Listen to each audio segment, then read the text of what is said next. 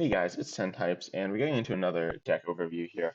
This deck's really interesting. It's of course focused on Boltund V, and it is a Flaffy deck, which is really cool. It's also a deck that wants to go second. So of course it's focused around Boltund V from Rebel Clash. This Bolt Storm attack dealing 10 damage plus 30 for each lightning energy attached to all of your Pokemon.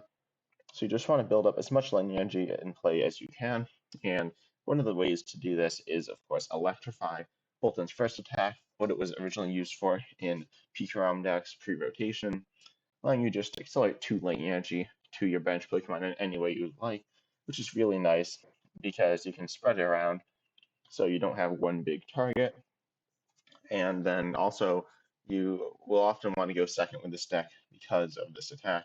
It just sets you up super well, and Strength Bolton's pretty easy as well.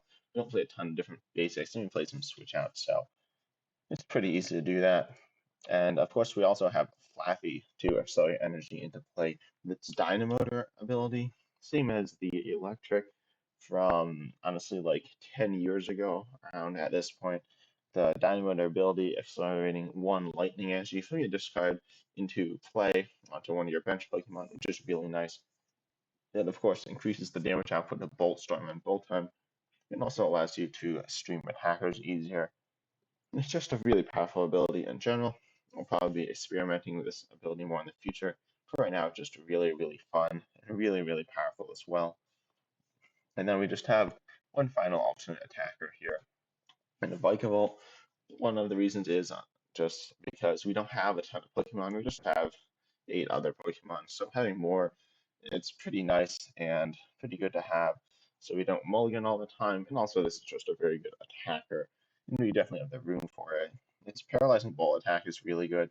For a lightning to colorless, it just does 50 damage, which isn't too good, but then you also item lock your opponent, and it is lightning type, so it hits weakness on Sobbles and Drizzles, that whole Inteleon line, so you can boss one of those and then KO it. So take some prizes, or take one prize, and then also item lock your opponent, which is really powerful. And now they're probably going to be really restricted on their options, and hopefully they won't be able to respond. You also have Super Zap Cannon, which is a pretty nice attack for when Bolt Storm isn't quite doing enough. It does 190 for 3, which is really, really solid. You do have to discard 2 lightning energy, which can be pretty bad, honestly, if you get stuck there and they don't take a KO. You can attach a paralyzing bolt, or you can attach an air balloon retreat or something.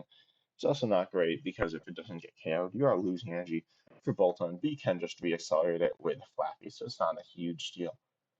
It also has 210 HP as opposed to Boltund's 200. It's not a huge increase, but in certain matchups it can really help work out the math, so you're not getting one shot. For example, in the Ice Rider matchup where they do 250 for 2, that's their max without Inteleon. If you have a Cape of Toughness, Vikavolt won't get KO'd, which is nice. The extra 10 can be useful from time to time. We only play 2 Copsy because it's definitely not a main attacker, and we don't really want to start with it, but it's a pretty solid backup attacker in certain matchups. We also play pretty standard Pokemon search. We play 4 Quick Ball for all of our basics, and 4 Level Ball to get out our Reaps and Flappies.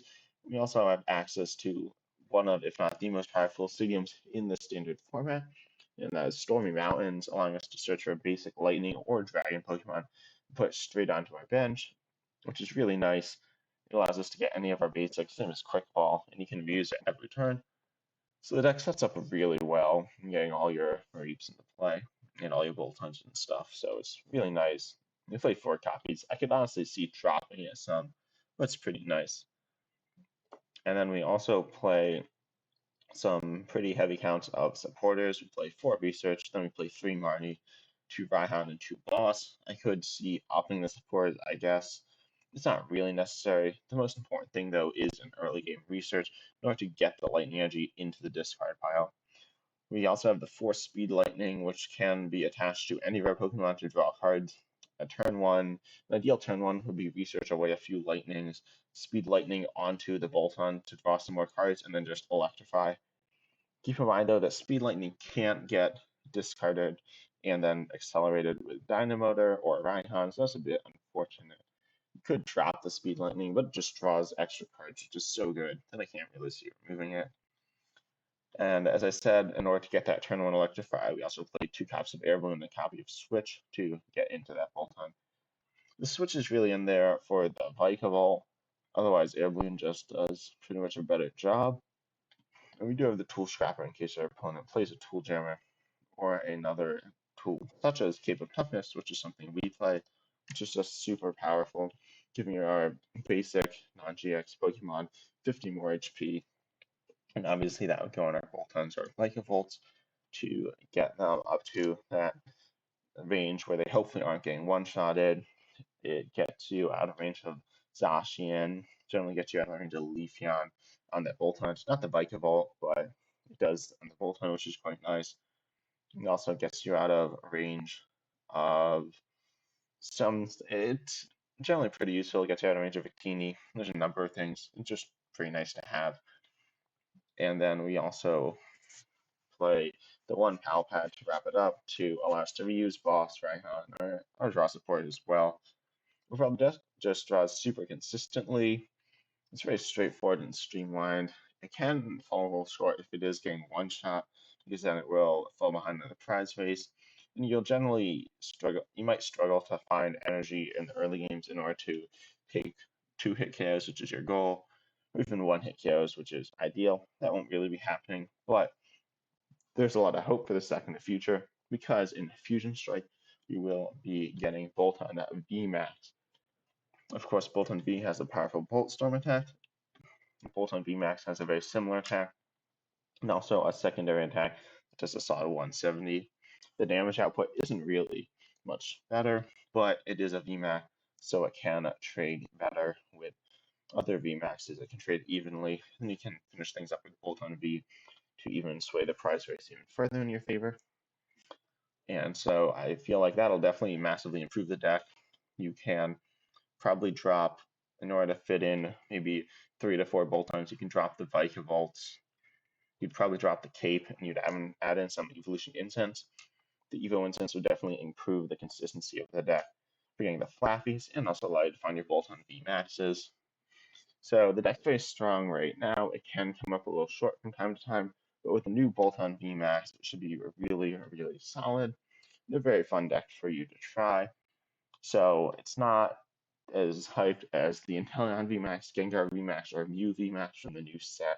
It's still a very powerful archetype in the Fusion Strike meta, and it's just something that I'd highly recommend you try.